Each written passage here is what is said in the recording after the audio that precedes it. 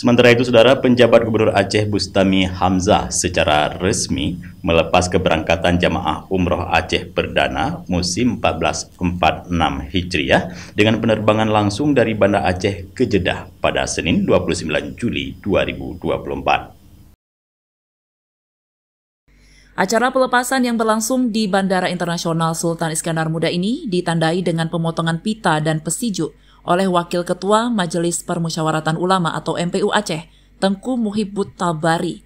Jemaah umroh perdana ini terbang menggunakan layanan maskapai Garuda Indonesia.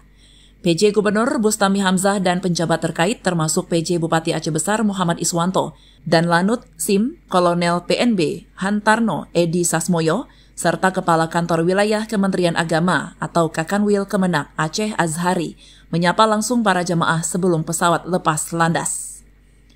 Dalam sambutannya, Bustami menyampaikan apresiasi atas kontribusi Garuda Indonesia dalam memfasilitasi ibadah umrah bagi masyarakat Aceh.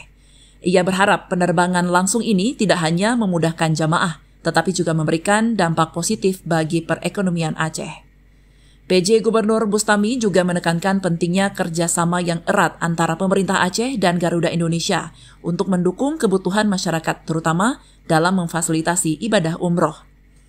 CEO Wilayah Barat Garuda Indonesia, Fitria Ruswita, berharap penerbangan langsung ini akan meningkatkan jumlah masyarakat Aceh yang berangkat umrah. Penerbangan langsung ini mempersingkat waktu tempuh menjadi hanya 8 jam, sehingga lebih nyaman bagi jamaah terutama lansia.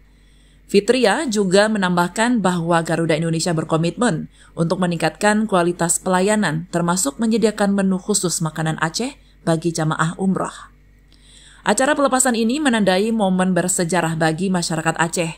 Dengan penerbangan langsung ini, diharapkan akan terjadi peningkatan aktivitas ekonomi di sekitar Bandara SIM dan daerah sekitarnya, serta mempermudah pelaksanaan ibadah umrah bagi masyarakat Aceh. Dari Aceh Besar, tim liputan Aceh TV melaporkan.